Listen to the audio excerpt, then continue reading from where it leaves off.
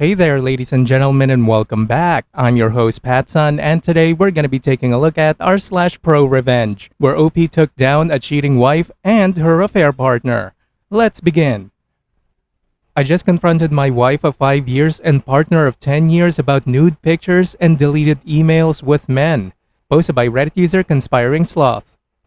The story starts in October 2022, when my wife moved to an apartment in a city 3 hours away where she is finishing a PhD program. At the time, she said this was necessary for her to complete the program, and we agreed to do distance for the remainder of her program, less than a year. This was her very first time living on her own. Shortly after the move, I found naked, risque pictures under her account on a shared device. These were pictures I had never seen before. As soon as I found the pictures, my mind went to the worst place. So I called her and asked about them. She said they were only for herself and she was exploring her sexuality. Said she was too embarrassed to share them with me. I didn't think much of it. Told her I would love those types of pictures, and even sent her some of my own. But the topic never came up again and I never saw another picture under her account. Flash forward to March 2023, 6 months later. Her behavior has changed, growing distant, so I am poking around her iPad and find the hidden picture folder. I know her passcode, so I open it up and bam, dozens on dozens of nude pictures, several where she had removed her wedding ring.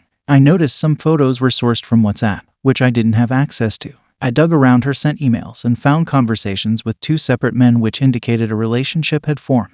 I just confronted her about all of it. She was shocked, began crying, and refused to tell me the truth. I eventually got it out of her, and it was a gut punch. She had essentially formed a sugar daddy relationship with 2 different men which involved sex and expensive dinners, shopping. She claims it was a huge mistake. She didn't have an emotional connection, and she did it purely because she was lonely from the distance and needed the financial support they provided.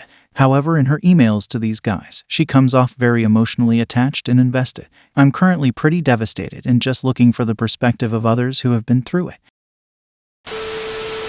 Okay, so she's a sugar baby, aka modern-day prostitute. Look, OP, I'm not really sure if there is any coming back from that kind of cheating. Go get an STD test and go visit a lawyer. Let's make this clear. That was not a mistake. It was a string of conscious decision to lie to you. Being lonely and needing financial support is just a load of bullshit. If she was hiding that from you, can you just imagine what else she's hiding? Look, man, as much as it hurts, the best thing for you to do is to cut your losses and move on. Our next story is from r/ProRevenge. Lying and using people? I got you. Posted by Reddit user Don't Give Up the Shoe. This one needs background to fully understand why I went out of my way for this revenge. My best friend was married for 10 years, with his ex for a total of 13 years. He was absolutely head over heels in love with her like I had never seen before, which I never understood due to her alcohol abuse. She would take it out on him, and when he'd be venting about it, he'd always fall back on "it's not her, it's the illness," a very respectable and admirable stance on it. Last year, she asked for a divorce because after years of what I would call abuse, he had simply run out of gas. Her reasoning for asking for one: when she got fired for testing positive for weed, he wasn't empathetic enough. He admits he wasn't because it had come on the back of one of her drunken tirades, where she told him he was a piece of shit who was always trying to control her, when all he ever tried to get her away from was booze, for the way she treated him when she was drunk. It took him forever to move on from this, with the divorce following shortly after. And earlier this year, after thinking he was moving on, he calls me to come over and he's in a bad way. I arrive and he is absolutely fall down level of drunk, going on that she didn't ask for a divorce for those reasons, that she had really been cheating with several other people. The next morning, when he's more coherent, I ask him how he knew. He was cleaning out the spare room and selling, donating stuff he didn't need anymore, and when he went to clear an old tablet, she was still logged on and all of the evidence was there. He gets that out and says he's going back to bed and asks me to lock up when I leave. Before I left, I looked at the tablet. After seeing what I saw, I wanted to find a way to get even with the horrible and conniving woman, so I took pictures of it all and left. When I got home, I started looking up information about these people. 2 of them were just normal guys. Whether they knew she was married or not, I don't know. But the third comes up as a registered sex offender, still on probation for being such a disgusting pile of shit. An address listed as 123 Lane, City, State. Chomo knew that she was married. I immediately knew what I was gonna do. Chomo didn't live at 123 Lane. Chomo was living with the conniving ex. She made regular posts about their time together. On top of that, she is an avid weed user and has several firearms because she enjoys sport shooting. So I go into the state's sex offender site. and make a report of Chomo not actually living where he's registered, and that Chomo is living in a home with what he has no right to, being a convicted felon and on parole. I include screenshots of the social media posts, and all to back it up. I was thinking little would happen but an inconvenience to their lives. Boy, was I wrong. She broke her typical posts with nothing serious trend on social media yesterday. With this gem, my year can't get any worse. Chomo lost his job and I am now facing eviction because I can't afford my rent. So I go on the state court system site to see if it's related. And yes, it was. Chomo was rearrested. She clearly can't post bail or Chomo would be out. The job she took after being fired definitely can't support her lifestyle. So he's probably going back to prison or at least jail, and she's a breath away from being homeless. I don't know if I'd ever tell my best friend I was the one behind this, but he is definitely ecstatic to see a horrible woman and sewer rat get what they deserve. Part of me wants to put up the sex offender registration link, and that it's sitting in jail, and say something to the effect of it's a little more than losing a job, but not wanting to make my best friend's life harder, I'll just let sleeping dog lie. OP, I definitely urge you to keep the sleeping dogs lying. This is truly a secret that you should take to your grave. If you tell him, he may wind up feeling sympathetic towards her and taking her back. You don't want that. Don't give him a reason to feel guilt, because to him, this was an act of karma finally catching up to a terrible human being and confirmation that she deserves to stay in his past. Job well done on the revenge part though, OP. 2 thumbs up. And now for today's final story. I got harassed at work and my manager told me it was my fault, so I got him fired. Posted by Reddit user Caramel Machichito. I used to work for a well-known fast food chain. I was hired a week after I turned 16 and started working primarily night and closing shifts due to being in school. My location had 2 closing managers, the general manager and another lower manager we'll call Ben, 40-something male. Soon after I started working, Ben would make really sexual comments and would touch me and some of my coworkers inappropriately. This progressed to him telling me, in graphic detail, about his sex life and his sexual experiences when he was younger, which was disgusting. Soon after I started, Ben made some unsettling comments that went a bit too far and ended up getting reported to our GM, who in turn asked everyone who was working at that time to explain what had happened.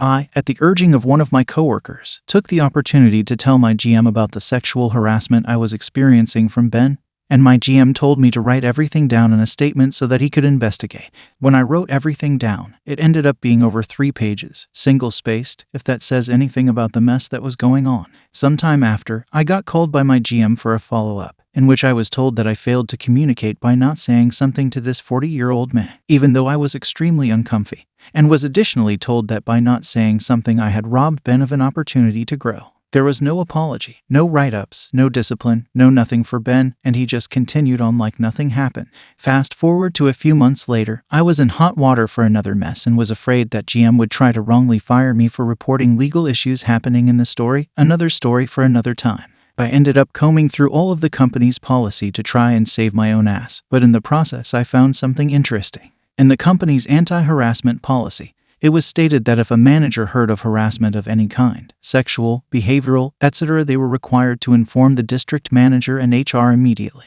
I was almost positive that our GM had not done any of the sort, so I made a convenient anonymous call to our HR line and told them that the investigation had been mishandled and that they should reopen the investigation. Around this time, I also left this job for a position elsewhere, so I left the situation and moved on. A few weeks later, after I had officially left the company, I received a call from one of their HR agents asking me to confirm that I sent my GM the statement.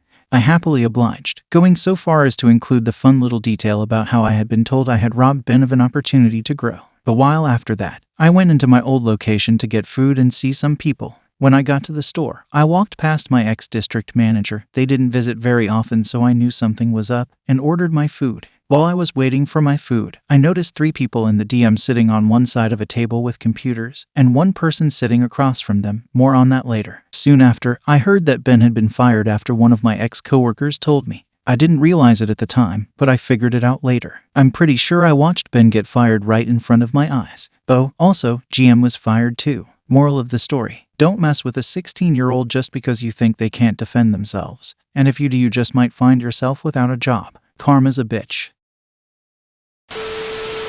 OP, The general manager is lucky if he only got fired. Trying to sweep something as bad as sexual harassment under the rug? Yeah, that is highly, definitely, very, very illegal. I wouldn't be the least bit surprised to find out that the general manager and Ben were either close friends, related, or fellow disgusting perverts. I hope his firing gave Ben plenty of opportunity to grow.